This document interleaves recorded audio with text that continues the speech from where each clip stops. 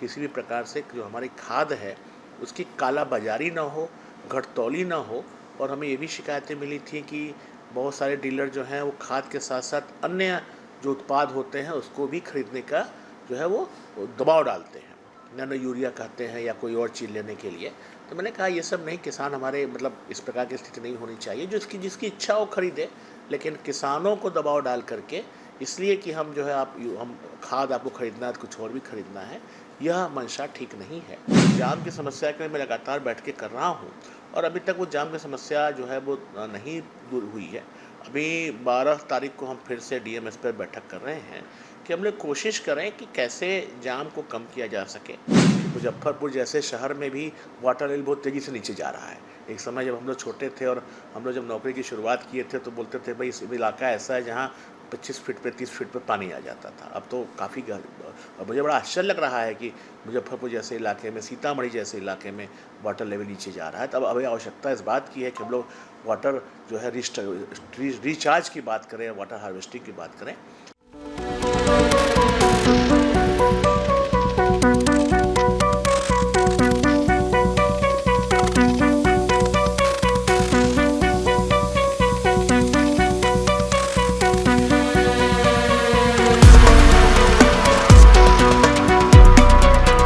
तिरहुत प्रमंडल के आयुक्त गिरिवर दयाल सिंह ने जो योजनाएं हैं वो विकास योजना है तिरहुत प्रमंडल के सभी 5 जिलों के, उसके बारे में उन्होंने जानकारी दी और कहा कि हर योजनाओं की समीक्षा की है, फिर समीक्षा करेंगे। जहां जहां भी बाधाएं हैं, जहां गड़बड़ियां हैं उसे ठीक करने का प्रयास किया जाएगा। उन्होंने खाद की कालाबाजारी पर भी चिंता व्यक्त की। उन्होंने कहा कि उसे भी दुरुस्त करने का प्रयास किया जाएगा। तिरहुत नहर पर जो मिट्टी पर प्लास्टिक डालकर ढलाई की जा रही है, जो गुणवत्ता है उसकी भी जाँच कराकर कार्रवाई करने की बात कही। कई अन्य योजनाओं पर उन्होंने बताया कि हर योजनाओं की समीक्षा किए हैं और विकास से कोई समझौता नहीं होगा, विकास में गड़बड़ी पर कार्रवाई होगी। इसको लेकर उन्होंने क्या कहा, सुनिए क्या कहा गिरिवर दयाल सिंह ने। डी फार्मा स्टूडेंट्स अब हो जाइए तैयार, आपके लिए है बहुत अच्छी खबर कि अब केवल डी फार्मा स्टूडेंट्स को ही मिलेगी फार्मासिस्ट की जॉब। तो ये कोर्स करने के लिए आपके पास है 2 choices. DPS group of institutions के किसी भी कॉलेज में एडमिशन लेकर के आप घर बैठे कर सकते हैं ऑफलाइन कोर्स या फिर आप कर सकते हैं ऑनलाइन क्लासेस। और उससे भी अच्छी बात ये है कि डीपीएस ग्रुप के कॉलेजेस जो कि हैं इन 5 शहरों में, रांची, दुमका, देवघर, मुजफ्फरपुर और सीतामढ़ी, इन 5 शहरों के किसी भी कॉलेज में एडमिशन लेकर आप किसी और शहर में बैठ करके ये कोर्स कर सकते हैं। आपको कॉलेज के नाम और डिटेल्स मिल जाएंगे वीडियो स्क्रीन पर, और बाकी किसी जानकारी के लिए दिए गए नंबर पर कॉल करें। तो मुझे कमेंट सेक्शन में बताना ना भूलें कि आखिर आप किस शहर में एडमिशन ले रहे हैं। पिछले करीब 15 दिनों से 1 महीने के बीच में मैंने लगातार बैठकें की हैं विभिन्न विभागों के साथ। और मैं आपको जानकारी के लिए बताऊं कि आप जानते हैं कि मुजफ्फरपुर में अभी जबकि अब तो बारिश का सीज़न अब 2 महीने में आएगा, तो हम लोगों ने ये प्रयास किया है कि एक तो जहाँ पर आप जानते हैं कि जल भराव की समस्या मुजफ्फरपुर में बहुत ज़्यादा है। मैंने कुछ माननीय पार्षदगण भी मुझसे मिले थे और मैंने नगर आयुक्त को स्पष्ट निर्देश दिया है कि जो शहर है उसमें किसी भी परिस्थिति में जल जमाव की समस्या न हो। जल जमाव के संदर्भ में 2 बातें मुझे पता चली। एक तो ये है कि यहाँ के जो पहले से समस्याएं हैं, लो लाइन एरिया है या मान लीजिए वहाँ पर अतिक्रमण है, और दूसरी समस्या जो कई सारे कंस्ट्रक्शन वर्क चल रहे हैं जिससे कारण जो है अवरोध उत्पन्न हो जाता है। मैंने दोनों ही परिस्थिति में कहा है कि आप जानते हैं जो कॉन्ट्रैक्टर है, जब कोई बड़ा नाला मान लीजिए बना रहा है तो उसको प्रावधान होता है उसके लिए बाईपास करके नाला बनाने की, ताकि पानी की समस्या न वो जो है जल भराव ना हो। तो इस प्रकार की कई सारी समस्याएं आ रही हैं। अभी हाल में मुझे कई लोगों ने बताया कि अभी भी मुजफ्फरपुर में कई जगह जल भराव हो रहा है। मैंने स्पष्ट रूप से कहा है कि अगले 15 दिनों में जल भराव की समस्या न हो और भविष्य के लिए जो भी मई जून से जब आपका मौसम आ जाएगा मानसून का, तो उसमें किसी परिस्थिति में जो है जल जमाव न हो, क्योंकि आप जानते हैं कि इससे मच्छर भी आता है और जो है बहुत सारी बीमारियां होती हैं, मलेरिया इत्यादि। और दूसरी एक चीज़ और है कि आप जानते हैं कि जेई की समस्या भी, जपनीज एंसेफेलाइटिस की समस्या भी यहाँ होती है। इसके लिए मैंने एसकेएमसीएच को भी और यहाँ का जो सदर अस्पताल है उसको भी, जो बाकी अस्पताल भी हैं सीएससी भी, उनको भी मैंने कहा अलर्ट मोड पर रहने के लिए। मैं अभी मार्च के द्वितीय सप्ताह में फिर से बैठक करूँगा और स्पष्ट रूप से मैं उनको निर्देश दूंगा कि किसी भी परिस्थिति में जो जेई की समस्या को बिल्कुल अच्छे ढंग से निपटा जाए और किसी भी प्रकार से हमारे बच्चों को जो है सुरक्षित रखा जाए, इस पर समस्या ना आवे। मैंने प्रशासन से, मैंने राज्य सरकार से यह भी कहा है अनुरोध करने के लिए कि मान लीजिए यहाँ पर अगर सुपर स्पेशलिस्ट डॉक्टर नहीं है तो उसको भी भरा जाए। अभी हमें अच्छी खबर ये मिली है कि ये जो है सरकार के स्तर से नए डॉक्टर्स की भर्ती हो गई है। तो मैं ये रिक्वेस्ट कर रहा हूँ कि मुजफ्फरपुर को अधिक, क्यों मुजफ्फरपुर ही नहीं पूरे प्रमंडल के लिए भी यही बात है कि अधिक से अधिक हमें डॉक्टर्स दिए जाए, क्योंकि आबादी बहुत ज़्यादा है। तीसरा, हम लोगों ने यहाँ पर जो है जाम की समस्या के लिए मैं लगातार बैठ के कर रहा हूँ और अभी तक वो जाम की समस्या जो है वो नहीं दूर हुई है। अभी 12 तारीख को हम फिर से डीएमएस पर बैठक कर रहे हैं कि हम लोग कोशिश करें कि कैसे जाम को कम किया जा सके, और अगर आवश्यकता होगी किसी प्रकार से माने रेलवे ओवर ब्रिज बनाने की या ओवर ब्रिज बनाने की, तो उस पर हम लोग काम करेंगे। लेकिन मुजफ्फरपुर को हम स्मार्ट सिटी जब हम बात कर रहे हैं तो स्मार्ट सिटी का हम जो है पूरा प्रयास होगा कि वो स्मार्ट सिटी के रूप में आवे। मैंने एक चीज़ और कहा है यहाँ के माननीय महापौर को और नगर आयुक्त को कि यहाँ पर जो है अच्छे पार्क का अभाव है और बहुत अच्छे पार्क यहाँ पे नहीं हैं आबादी के हिसाब से। और ये तो बहुत अच्छी बात है कि सुबह सभी को जो है सैर करनी चाहिए, स्वास्थ्य के लिए अच्छा होता है। तो उस समय मैंने यह भी कहा है, मुझे कुछ लोगों ने बताया है कि बहुत पुराना प्रस्ताव यहाँ पर ज़मीनों का ITI और एक दो और मुझे याद नहीं आ रहा है जहाँ पर प्रस्ताव गया हुआ है। तो मैं डीएम के साथ बैठ करके इसकी समीक्षा कर लूँगा कि अगर प्रस्ताव गया हुआ है तो पार्क बनाने में क्या समस्या है, क्योंकि इतने बड़े शहर में निश्चित रूप से पार्क होना चाहिए। और आने वाले समय में हम लोग हाई राइज बिल्डिंग पर काम करेंगे, क्योंकि आप जानते हैं कि मुजफ्फरपुर ही नहीं इसके आसपास के जो भी ज़िले हैं ज़मीन का रेट बहुत ज़्यादा है और ऐसी दशा में आम आदमी को ज़मीन खरीदने में बड़ी समस्या होगी। तो ऐसी दशा में हाई राइज बिल्डिंग पे हम लोग काम करेंगे, जहाँ पर जो है मल्टी स्टोरी बिल्डिंग्स रहें, ताकि ज़मीन के दाम को जो है वो एक प्रकार से सम्यक रखा जा सके, उचित रखा जा सके, समानुपातिक ढंग से रखा जा सके। ये हम लोग काम कर रहे हैं। इसके अलावा हम लोगों ने यह भी एक प्रयास किया है कि यहाँ पर जो सीवेज ट्रीटमेंट प्लांट वगैरह की चीज़ें हो रही हैं, स्टॉर्म वाटर की बात है, यह भी हो, क्योंकि कई किसी जो आप जानते हैं कि अभी भी जो हमारा बहुत सारे क्षेत्रों में जो दूषित मल होता है, जल होता है, बिना ट्रीट किए ही चला जाता है नदियों में, या अब तो सोपीट भी बड़े बड़े स्ट्रेस किए जाते हैं। ट्रीटमेंट की बहुत आवश्यकता है, साफ़ पानी के लिए बहुत ज़रूरी है और बड़े बड़े शहरों में उसी को ट्रीट करके पानी, क्योंकि आने वाले समय में आपको बड़ा आश्चर्य लगेगा कि मुजफ्फरपुर जैसे शहर में भी वाटर लेवल बहुत तेज़ी से नीचे जा रहा है। एक समय जब हम लोग छोटे थे और हम लोग जब नौकरी की शुरुआत किए थे तो बोलते थे भाई इस इलाका ऐसा है जहाँ 25 फीट पे 30 फीट पे पानी आ जाता था। अब तो काफ़ी और मुझे बड़ा आश्चर्य लग रहा है कि मुजफ्फरपुर जैसे इलाके में, सीतामढ़ी जैसे इलाके में वाटर लेवल नीचे जा रहा है। तब अभी आवश्यकता इस बात की है कि हम लोग वाटर जो है रिचार्ज की बात करें, वाटर हार्वेस्टिंग की बात करें। तो हमने नगर आयुक्त से भी कहा है कि आप इस प्रकार का प्रावधान करिए कि जो भी मकान अब बने तो उसमें वाटर हार्वेस्टिंग का प्रावधान हो, बहुत सस्ता होता है। इसके साथ साथ जो बारिश का पानी है वो इधर उधर ना जाए, उसको प्रॉपर तरीके से संकलित किया जाए। मेरा यहाँ पर यह भी, चूँकि हम लोग प्रयास यहाँ पे कर रहे हैं कि जो विश्वविद्यालय है यहाँ पर, हालांकि चीज़ें अच्छी चल रही हैं, कुछ और नए कॉलेजेस की स्थापना हो। अब सरकार की नीति भी है कि प्रत्येक जो अनुमंडल है वहाँ पे डिग्री कॉलेज बनाया जाए। तो हमने इसके लिए भी डीएम से बात की, और केवल ये मुजफ्फरपुर के लिए ही नहीं, बाकी भी जो 5 ज़िले हैं, 6 ज़िले जो प्रमंडल में आते हैं, तो करीब करीब 1/3 ऐसे जो अनुमंडल हैं जहाँ पर जो है आपका ये नहीं है डिग्री कॉलेजेज है। तो मैंने इस पर भी बात की और 12 तारीख को जब बैठक होगी डीएम्स के साथ, तो हम लोग इस पर बात करेंगे कि इस पर जो लोग ज़मीन जो है लोग उपलब्ध कराएं, क्योंकि मैं चाहता हूं कि बच्चे और ख़ास तौर से बच्चियां जो हैं उनको बहुत दूर डिग्री लेने के लिए, डिग्री पढ़ाई करने के लिए उनको जो है बाहर ना जाना पड़े। और मुझे लगता है कि जब आप अनुमंडल में ही डिग्री कॉलेज दे देंगे तो और हमारा एनरोलमेंट रेशियो जो है और बढ़ेगा, ताकि बच्चियां जो हैं ख़ास तौर से उनको भी जो है अच्छी शिक्षा मिल सकेगी। तो शिक्षा और स्वास्थ्य 2 ऐसे बिंदु हैं जिस पर हम लोग काम कर रहे हैं। मैंने कुछ दिनों पहले सभी जिला कृषि पदाधिकारियों को भी बैठक बुलाई थी और मैंने उनसे कहा था स्पष्ट रूप से कि किसी भी प्रकार से जो हमारी खाद है उसकी कालाबाजारी ना हो, घटतौली ना हो। और हमें ये भी शिकायतें मिली थी कि बहुत सारे डीलर जो हैं वो खाद के साथ साथ अन्य जो उत्पाद होते हैं उसको भी खरीदने का जो है वो दबाव डालते हैं, नैनो यूरिया कहते हैं या कोई और चीज़ लेने के लिए। तो मैंने कहा ये सब नहीं, किसान हमारे मतलब इस प्रकार की स्थिति नहीं होनी चाहिए, जो जिसकी इच्छा हो खरीदे, लेकिन किसानों को दबाव डाल करके इसलिए कि हम जो है हम खाद आपको खरीदना है तो कुछ और भी खरीदना है, यह मंशा ठीक नहीं है। इस पर हम लोग काम कर रहे हैं। मैंने एक चीज़ और कहा है कि जो हमारे सीमाओं की, आप जानते हैं कि मुजफ्फरपुर जो तिरहुत प्रमंडल है उससे बहुत सारे ब्लॉक ऐसे हैं जो नेपाल की सीमा बनाते हैं। तो ऐसी दशा में सीमा के पास में अधिक जो खाद की दुकानें खुल गई हैं, तो उसका क्या कारण है? मैंने ये भी कहा है, अभी उसकी रिपोर्ट नहीं आई है।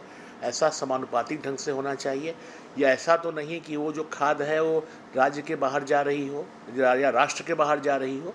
तो यह सब हम लोग टॉलरेट नहीं करेंगे।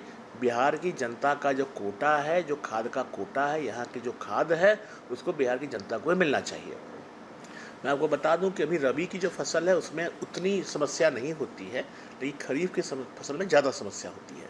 तो हम लोगों ने अभी से अलर्ट मोड में कर दिया है कि किसी, और यहाँ पे मैं आपको बताऊं, मैंने सभी कृषि पदाधिकारियों को निर्देश भी दिया है कि वो अपने ज़िले में एक कंट्रोल रूम बनाएं।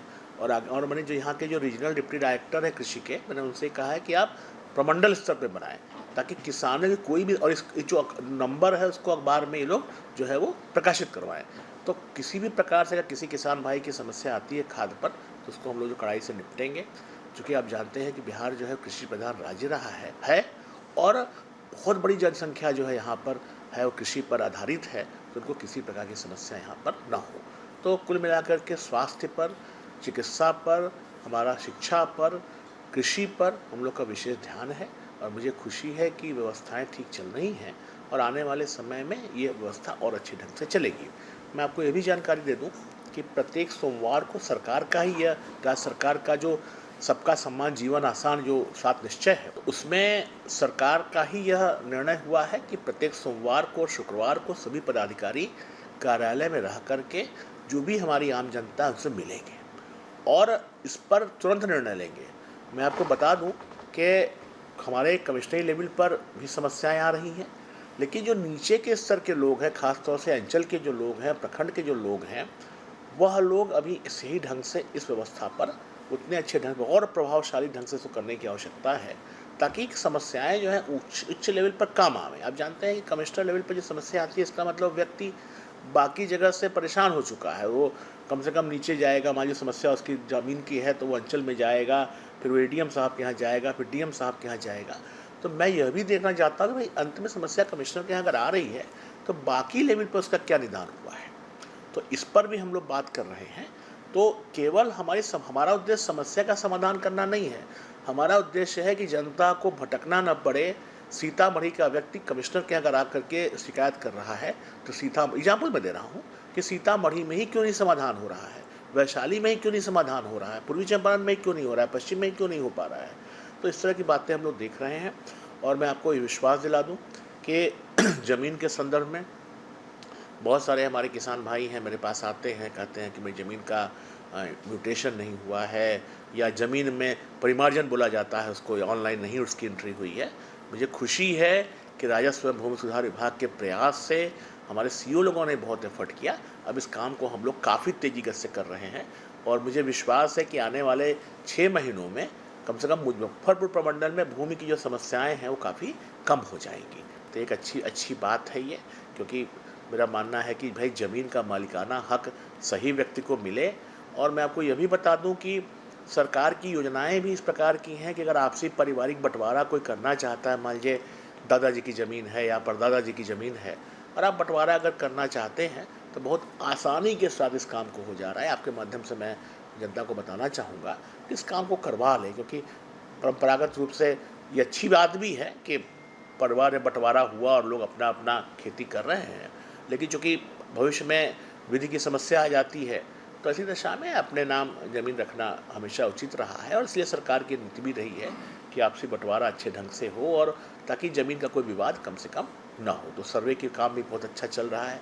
मैं आपको यह भी बताऊं कि जो भी राजस्व रिकॉर्ड हैं उसको ऑनलाइन डिजिटाइजेशन का भी काम चल रहा है, और बिहार में काफ़ी अच्छी प्रगति हुई है और हमारे प्रमंडल में भी अच्छी प्रगति हुई है।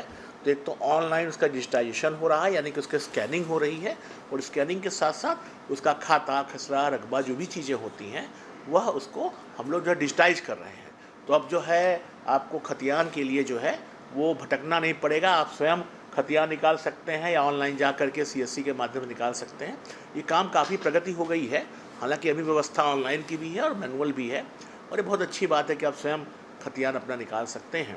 तो काफ़ी हद तक पारदर्शिता के साथ इस काम को किया जाए। और मैंने एक बार रिव्यू इसका भी किया था। आप जानते हैं कि समाज कल्याण विभाग में बहुत सारे आप जानते हैं जो दत्तक ग्रहण केंद्र होते हैं, बच्चियों के लिए आश्रय स्थल होता है, ओल्ड एज होम होता है। तो मैंने 1-2 बार इसका निरीक्षण भी किया था और मुझे लगा कि व्यवस्था ठीक है, खाने वाने में सुधार की आवश्यकता है। लेकिन कुल मिलाकर के मेरा प्रयास है कि जो जनता के लिए काम हो रहा है उसको और अच्छे ढंग से किया जाए, ताकि जो हम लोग कहा जाता है कि हम लोग सरकार जो है वो जनता के लिए है, तो जनता किसी प्रकार की समस्या न हो। और कुल मिला के काफ़ी अच्छी टीम है यहाँ पर, जिलाधिकारी भी काफ़ी अच्छा काम यहाँ पे कर रहे हैं। और कुल मिलाकर के मुझे लगता है कि एक अच्छी टीम के साथ हम जब काम करेंगे तो समस्याओं का समाधान काफ़ी होगा। मैं एक चीज़ जरूर नोटिस कर रहा हूँ, यहाँ पर अतिक्रमण की समस्या है। अतिक्रमण एक ऐसी व्यवस्था है जहाँ पर मेरी व्यवस्था भी जुड़ी रहती है, तो उसको आपसी बातचीत करके और लोगों के साथ मिल कर के इस समस्या का समाधान हम लोग करेंगे, ताकि अतिक्रमण में एक समस्या तो सरकार की बहुत सारी ज़मीनों का अतिक्रमण है, दूसरा उसके कारण जो है जाम की समस्या भी आती है, सड़क पर आप देखते होंगे कर देता है।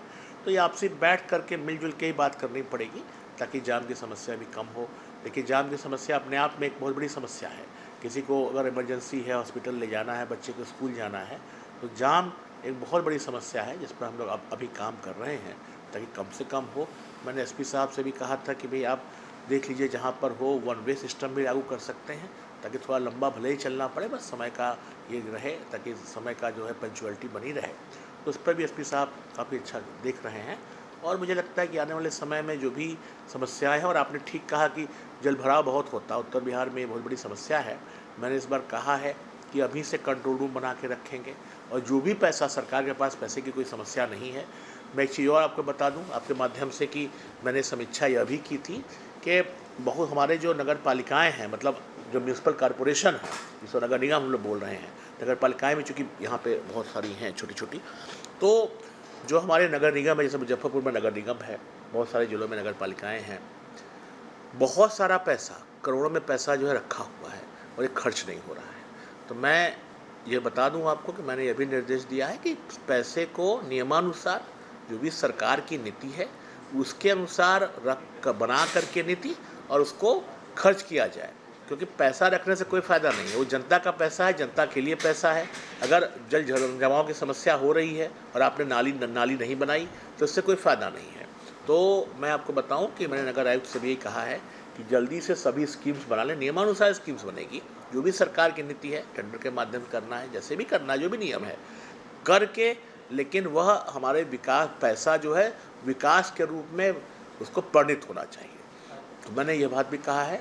हाँ, तो ये सब चीज़ें हम लोग यहाँ पे कर रहे हैं और मुझे विश्वास है कि आने वाले समय में जो सिविल एमेनिटीज़ हैं मुजफ्फरपुर में वो काफ़ी तेज़ी से बढ़ेंगी और काफ़ी अच्छे ढंग से, जब हम लोग स्मार्ट सिटी की बात कर रहे हैं वह भी होगा। और जो उत्तर बिहार का द्वार जिसे हम लोग बोलते हैं, तो मुजफ्फरपुर से आप जानते हैं कि ओल्डेस्ट कमिश्नरी है ये, तो उस प्रकार से फिर से हम लोग उसी तरह का गौरव को प्राप्त करेंगे और निश्चित रूप से सब लोग मिल करके इस पूरे प्रमंडल के लिए अच्छा काम करेंगे। पॉल्यूशन की बहुत दिक्कत है यहाँ पर। देखिए, पोल्यूशन तो यहाँ पर इंडस्ट्रियलाइजेशन का कुछ तो है, लेकिन उससे ज़्यादा जो है वो वाहनों के बारे में है।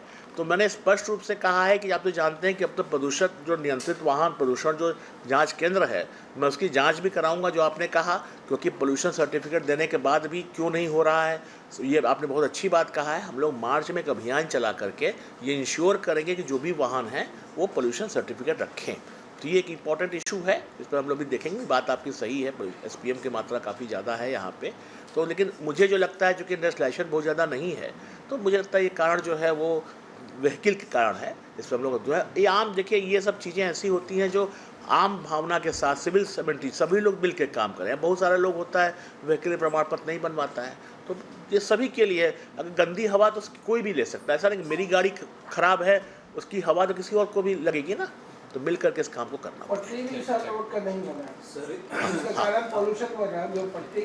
हाँ बिल्कुल, वो भी एक कारण है और रोडों के खराब होना भी एक कारण है, क्योंकि जब बार बार ब्रेक लगेगा तो धुआं निकलता है। बिल्कुल सही कह रहे हैं, इस पर भी हम लोग काम करेंगे। शहर स्मार्ट सिटी के अंदर में शहर में काम हो रहा है, हाँ। सीवरेज लाइन का जो निर्माण हो रहा है वो गुणवत्तापूर्ण नहीं हो रहा है। इसका उदाहरण है कि सर गुलशन छपरा, महसिन चौक, इवन प्रमंडलीय आयुक्त के कार्यालय के सामने भी सड़क धंस चुका है, अभी भी लगातार धंस चुका है। बिल्कुल बिल्कुल, ये जो आपने बोला है ये मुझे संज्ञान में है। मैंने नगर आयुक्त को स्पष्ट रूप से कहा है, मैं चिट्ठी भी उनको कल दे रहा हूँ। निश्चित रूप से अगर वो काम गलत होगा, ठेकेदार को हम लोग ब्लैकलिस्ट करेंगे। ये इंश्योर रखिए कि जो भी सरकार की गुणवत्ता है, मानक है, उसके अनुसार ही काम होगा और इसकी हम लोग क्वालिटी टेस्ट भी कराएंगे। सर एक और सवाल सर, मुजफ्फरपुर मोतिहारी रेलखंड पे एक पूरा गुमटी है 107 जी नंबर, जी जी जो हाल के दिनों में 26 फरवरी को जिला प्रशासन और रेलवे के द्वारा बंद कर दिया गया। लेकिन वहाँ समस्या क्या है कि उनका वैकल्पिक मार्ग नहीं है और वो काफ़ी पुराना आज़ादी पूर्व का वो सड़क है और लगभग 2 दर्जन तो स्थानीय गांव है और निकलने के लिए 100 से अधिक गाँव है। और जिस प्रोजेक्ट के हवाला देते हुए उसको बंद किया गया, उस प्रोजेक्ट में वो गुमटी नहीं है, वो बाईपास के लिए वो फ्लाईओवर बनाएंगे। मैं इसकी जांच करा लूँगा, क्योंकि देखिए ऐसा है कि जनता की सुविधा मेरे लिए सबसे महत्वपूर्ण है और अगर जनता की सुविधा को किसी प्रकार से भी आघात पहुँचता है तो हम लोग इंश्योर करेंगे, या तो गुमटी खोलेगी या नहीं तो हम लोग वैकल्पिक व्यवस्था देंगे, करेंगे। किसानों के हित में तिरहुत नहर एक बहुत बड़ी योजना है, जी, लेकिन जी। उसको मिट्टी पर प्लास्टिक डाल के डाला गया। ये आप जो बोल रहे हैं बिल्कुल, ये हमने भी 1-2 जगह आपके इंस्टाग्राम पे या फेसबुक पे कहीं देखा था। मैं डीएम से कहा इसकी जांच कराने को, अब मैं फिर डीएम से देखूंगा, नहीं तो मैं निजी रूप से देखूंगा। आगे मतलब निर्माण के साथ पीछे पीछे करेक्ट होता भी जाता है। ये गुणवत्ता संजय जी हैं क्या, इसको नोट कर लीजिए। ये मैंने देखा हुआ, मैं इस पर चिट्ठी भेजिए कल तिरहुत नहर का, मैं इसको चेक कराऊंगा, ठीक है।